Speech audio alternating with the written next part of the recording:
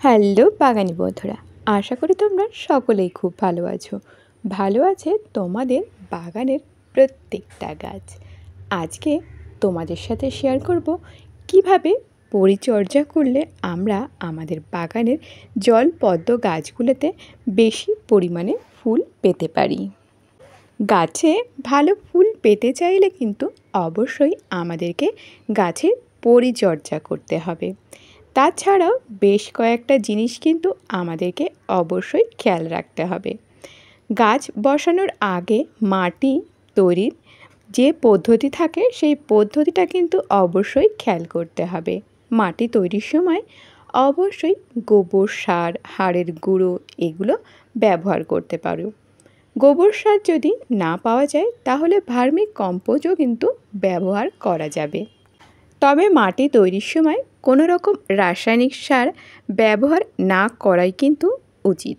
আমি কিন্তু মাটি তৈরির সময় কোনো রকম রাসায়নিক সার ব্যবহার করি না। জলপদ্ম গাছে ভালো ফুল পেতে চাইলে অবশ্যই এই জলপদ্ম গাছের টিউবার সংগ্রহ করে বসাতে হবে। নানান ভ্যারাইটির জলপদ্মের টিউবার কিন্তু নানান ফেসবুক গ্রুপগুলোতে সেল হয়ে থাকে। সেখান থেকে আমরা কিন্তু সংগ্রহ করে আমরা আমাদের বাগানে প্রতিস্থাপন করতে পারি। কয়েকদিন আগে কিন্তু প্রচুর পরিমাণে গরম পড়েছিল। অতিরিক্ত গরমের কারণেও কিন্তু অনেক পদ্ম গাছ ঘুমিয়ে পড়েছে। অনেক পদ্ম গাছের পাতা পুড়ে নষ্ট হয়ে গেছে।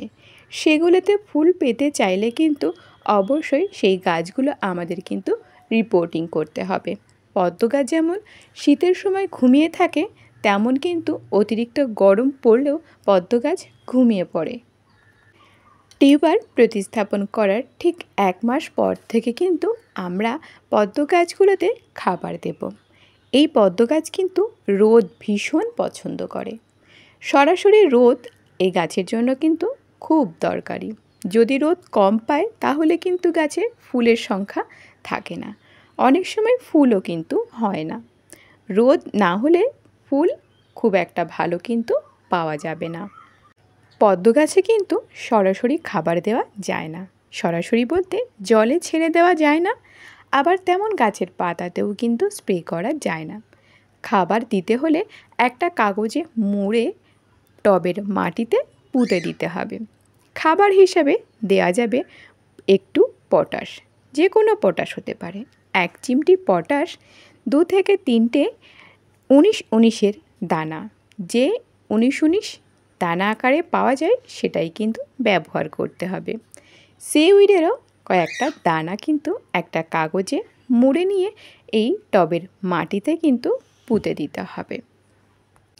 টব বা গামলা যদি বড় হয়ে থাকে তাহলে কিন্তু পটাশ 1 চিমটির জায়গায় 2 চিমটিও দিতে পারি।